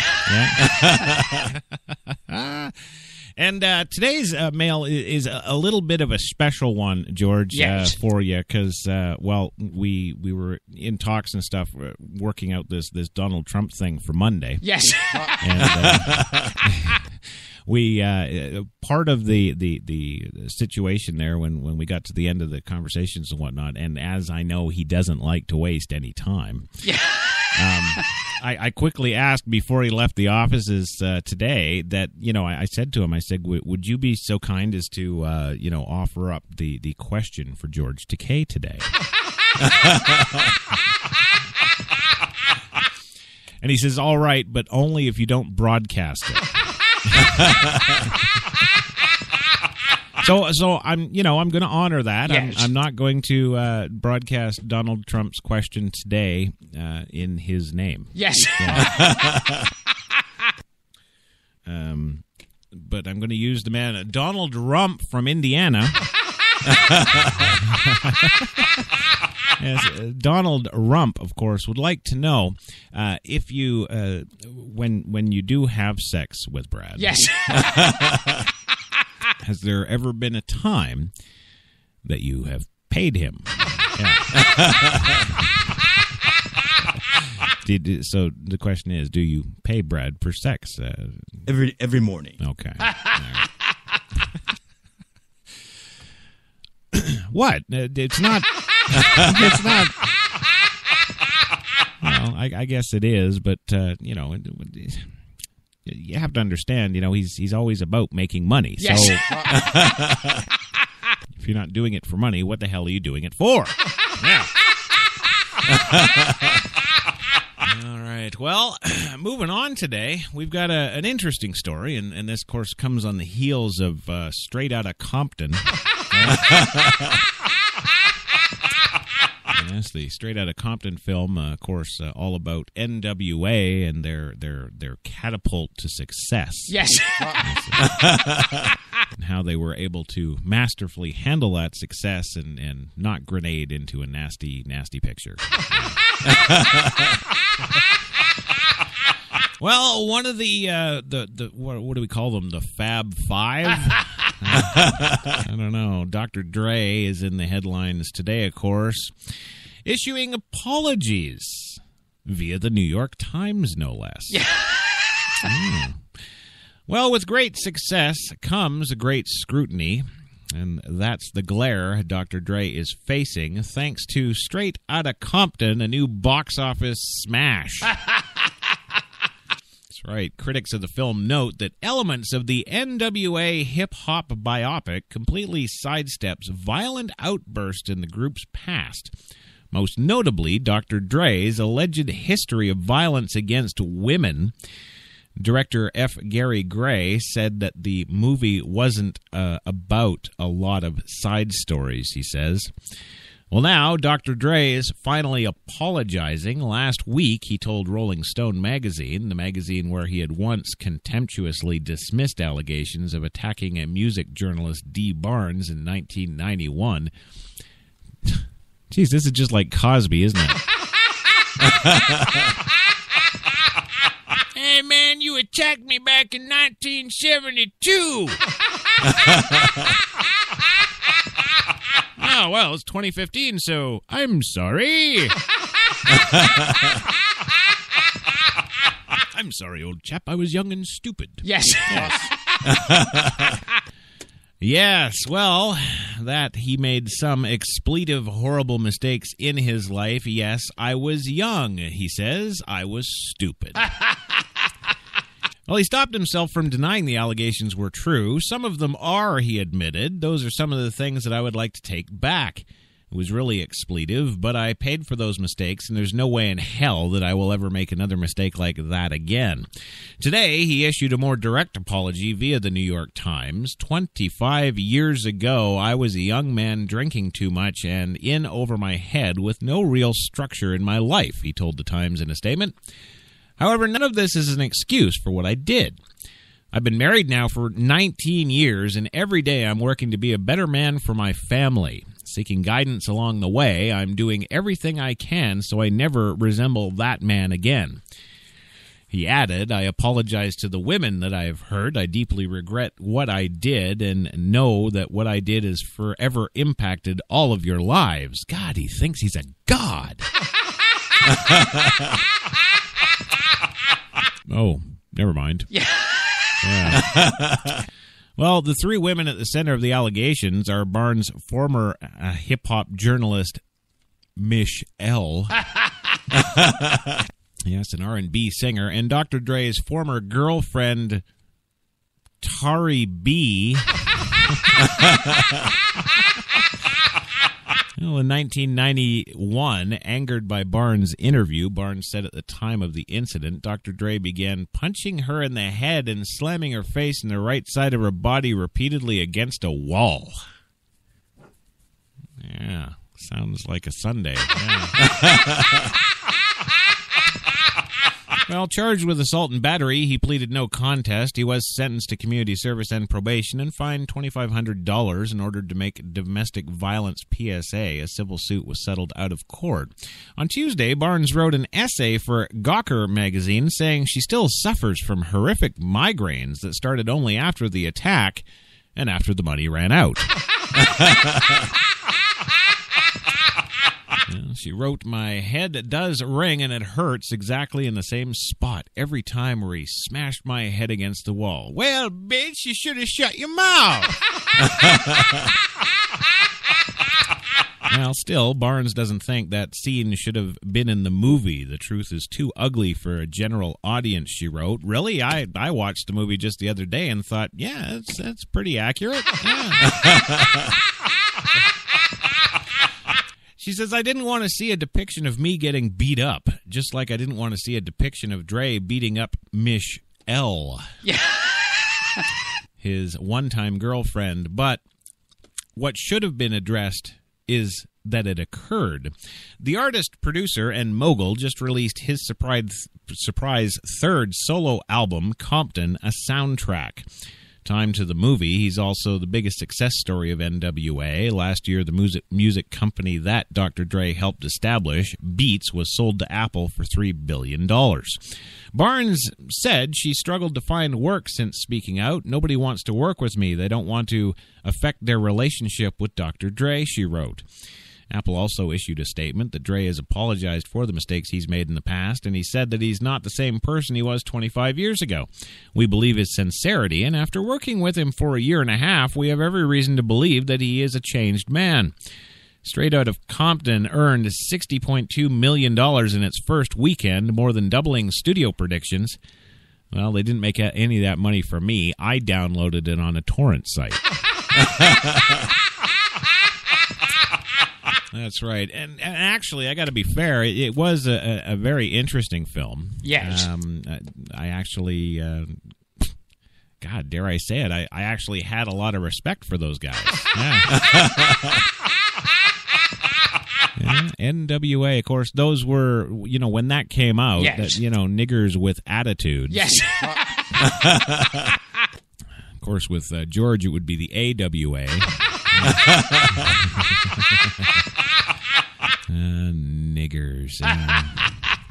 The trick is using that word in a conversation, in your writing. It's the use of that word that makes it your own. Okay, well, back to work, niggers. Yeah. There you go. No, but it was a good movie. Yes.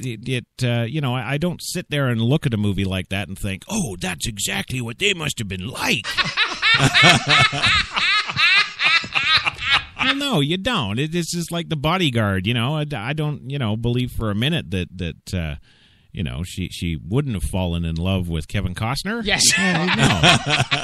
Of course she did, but was he at the funeral? No. That's what I really mean. It's all Hollywood shit. Yeah. That's all it is. It's just yeah. But anyway, it was a good movie and yes. good story. And man, if it were only true, Well, moving along today, you guys all know Ellen Page, right? Yes. Yeah. What? I didn't say anything yet. Ellen Page, yeah. Well, she apparently confronts Ted Cruz at the Iowa State Fair, and it's making headlines. Yeah. Well, she's an actress, and, yes. I've never seen any of her crap, but,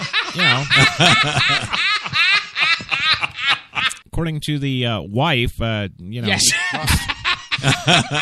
she, of course, says that, she's, oh, my God, she's a phenomenal actress. Oh my God! Well, yeah, whatever. Who cares? She's might be a phenomenal actress, might be absolute shit, but she's, to me, a nobody who's talking about a nobody, Ted Cruz. That's right. Actress Ellen Page confronted Republican presidential hopeful Ted Cruz today at the Iowa State Fair over his stances on religious liberty and why is he standing behind that pig. During his campaign, Cruz has consistently mentioned that he would stand up for the religious liberty of Americans, including those who have closed their businesses after backlash due to religious beliefs. Page, who is gay and known for her roles in Juno and the X-Men franchise... Yeah, I still don't know her. Yes. Now, oh, because that's a comic book movie. Yeah. That's right. I don't, call me crazy. I don't seek out my legendary acting performances out of The Dark Knight Rises. But anyway, she asked Cruz about the persecution gay and lesbian people face in their countries.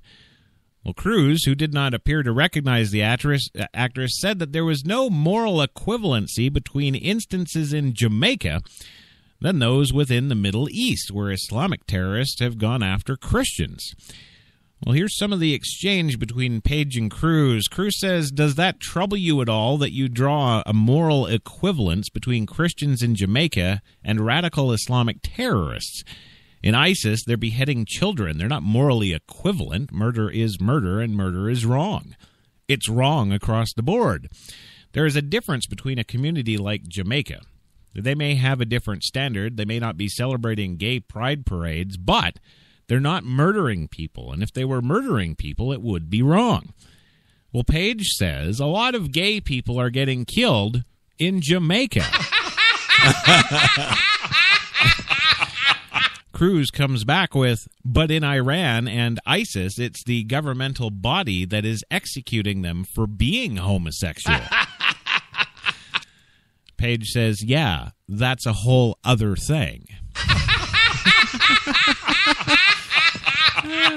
Cruz says, and why does the Obama administration not stand against them? Page says, I don't know. I would love to speak with Obama about it. Yeah, well, you know what? I'd like to sell Obama some refrigerators. So what?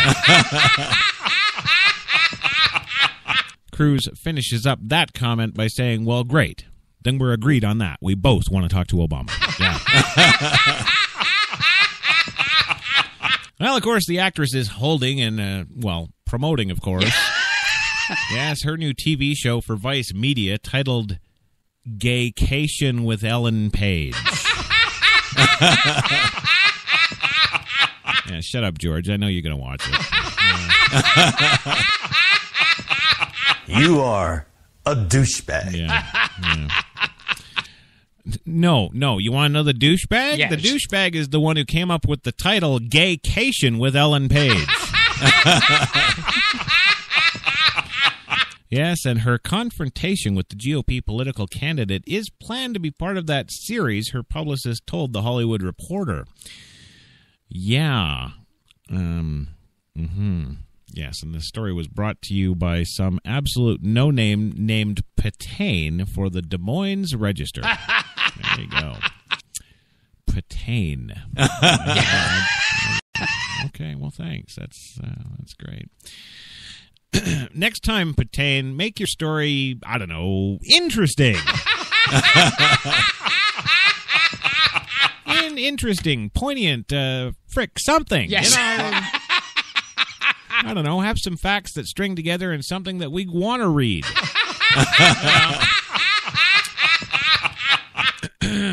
Yes.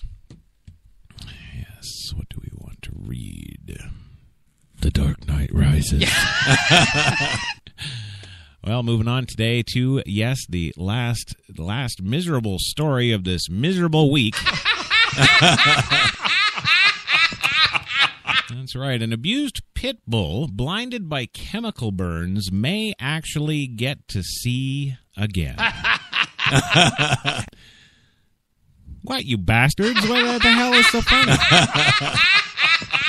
It's a dog. It was blinded by chemicals, and now it may see again. It's an optimistic story to kick off your weekend, jerks. It's about fucking time. Move on. Well, a dog that was blinded after she was dosed with acid may have a chance to see again, thanks to donations from the San Antonio, Texas community. Thank you, Sharon Chesley. Well, the 5-year-old pit bull named Rosie was doused in highly corrosive hydrochloric acid that ate through the dog's skin. The acid dissolved one of the animal's ears and damaged her eyes. Andrea Houghton, an animal cruelty specialist with the City of San Antonio Animal Care Services, told us. Yes, her call started like many others. We get through a phone call from a citizen, an anonymous complaint with some information that a dog needed assistance, Houghton said. Houghton said that Rosie was likely abused at the end of July and went weeks without medical care for her burns, she said. An investigation is still ongoing. On Wednesday, the shelter, posted Rosie's story on Facebook and asked the community for donations to pay for restorative eye surgery. And wouldn't you know it, within 48 hours, the shelter exceeded the estimated cost of Rosie's restorative eye surgery, the organization said in an updated Facebook post. Yesterday, they said, we're extremely grateful and humbled by the outpouring of support for Rosie. Rosie's story has gone worldwide, and the City of San Antonio Animal Care Services has received numerous phone calls, emails, and messages of support from around the world. At this time, the commitment from donors yesterday has covered the estimated cost of Rosie's restorative eye surgery, which should take place early next week. And, of course, include additional treatments. Sadly, pets like Rosie are an all too common sight at municipal shelters throughout the country, and it's not only a case of animal cruelty we have seen or will continue to see. We will gratefully accept continued donations. Oh, yeah, use Rosie to fund you. Yes, thank you for paying for this surgery, and if you just keep the money coming in. Yes, we will gratefully accept continued donations and support and save pets in our community every day. Due to city financial policies, we want to make sure that these donations from animal advocates that would like to help us help other pets like Rosie are able to be utilized for those other pets. As Rosie's forecasted medical expenses have been covered, therefore all future donations should be made as a general donation and not in honor of Rosie, because we can't get our mitts on that money after the fact. Yes, of course. We understand the need for an online donation button on our website. Rest assured, the department has been working on this giving tool for several months, which requires coordination in multiple city departments to be in line with city policies and procedures. We do not expect this online giving tool to be available to the public until early next week. We sincerely apologize for the inconvenience of not being able to give us your money. Yes, all general donations are tax deductible, of course, and can be made in person or mailed to Animal Care Services, 4710 State Highway 151, San Antonio, Texas, 78227. Rosie and her amazing foster parents and the ACS staff are extremely and eternally grateful for the outpouring and love and support. Rosie is in great hands now, and we'll be sure to update the world on Rosie's journey to healing and a happy home.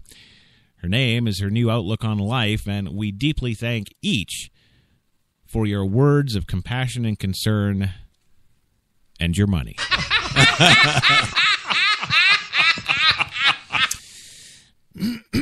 Well, you know, this is good. You know, Rosie's story here, it's gone worldwide, and the City of San Antonio Animal Care Services, of course, has received numerous phone calls, emails, and messages of support from around the world.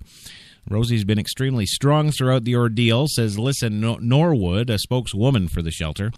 I think she's well on her way to healing and a very happy home. She's a very sweet and gentle girl, Norwood said. The shelter acknowledged that any additional donations, of course, once again, can be made. Well, Rosie's surgery will take place next week, the group said, and we'll, of course, keep you up to date on that and, indeed, how much money the shelter brings on a continuing basis. Yeah. Well, there it is. Damn it. We are out of here, I think. It's $88,000 a year they make, approximately average, 80, let's say. And there's 1,000. That's $88 million a year that we're paying as taxpayers. Yes. Well, and don't you know it, because the pets need your love. Yeah. Well, listen, Louis, thank you for being here today. You didn't talk a lot again. That's the famous story about Jerry Lee Lewis. You heard that story, haven't you? Yes. Sitting behind his desk at Paramount, talking with big executives and TV people, and all of a sudden the chick pops up underneath, wipes off her mouth, and walks out the door. And Jerry doesn't have an eye. Oh, that's right. Thank you, Louis. Thank you very much. It's just life, and I love doing it. I love doing these kind of stories anyway. All right. Okay, you done? All right. Okay.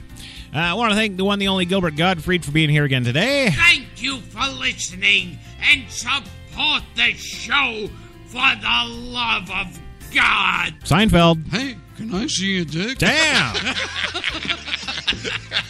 See, I thought I'd get you there. Yes. But no, screwed. Yeah. Also, George, thank you for being here, sir. I've enjoyed it thoroughly. It has been a fantastic experience. Oh, George, you lie so well you should be a politician. Yes. I want to thank the HTLA listeners, of course, from all over everywhere. Of course, Phil DeYoung, Devlon Crawford, Sharon Hunley Chesley, Leanne. The list just goes on and on and on every week, bigger and bigger. Thank you all for joining us today. And here's hoping you have a great weekend. And, hey, get on those torrent sites, download Ashley Madison's database.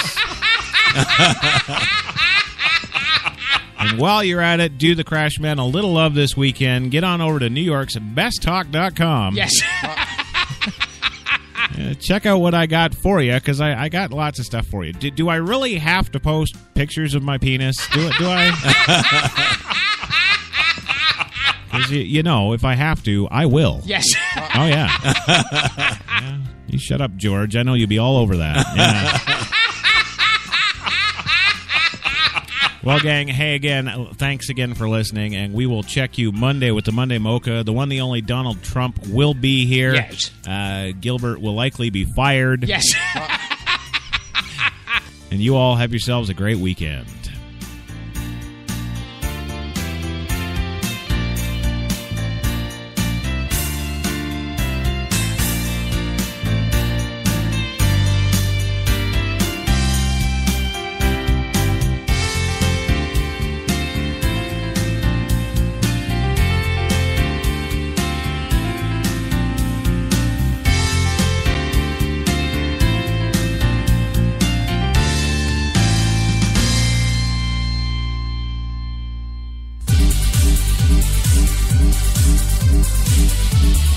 We're New York's best talk radio, HTLA Radio 1.